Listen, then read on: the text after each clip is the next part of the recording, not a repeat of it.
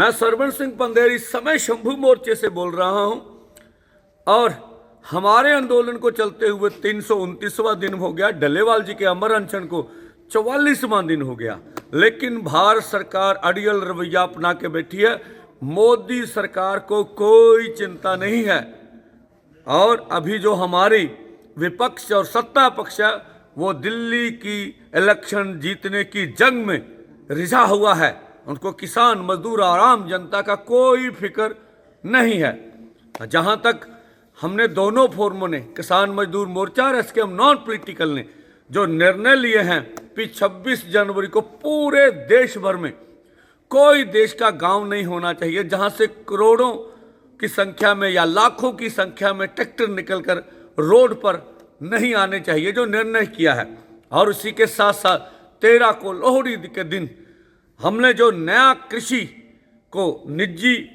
कृषि की मंडी को निजी हाथों में देने का जो नया खलड़ा मोदी सरकार लेके आ रही है, उनके यहाँ कॉपियां जलाने का आह्वान किया देश के वासियों को। इसी तरह से 10 का अर्थी दहन पूरे देश भर में मोदी सरकार का होना चाहिए।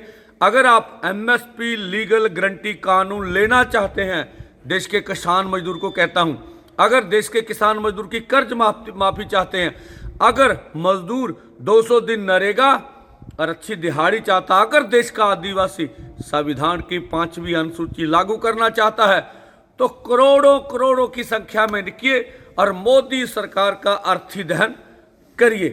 इसी के साथ साथ जो हम सुन रहे हैं HMPV, एक नया वायरस जो देश भर में आ रहा, पहले चाइना में इसकी खबरें थी, चाइना के बाद देश में छोटे बच्चों को जो कह रहे हैं माहिर।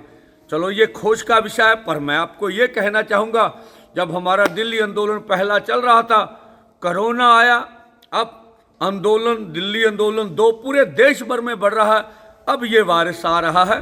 सुचेत जुड़ रहिएगा।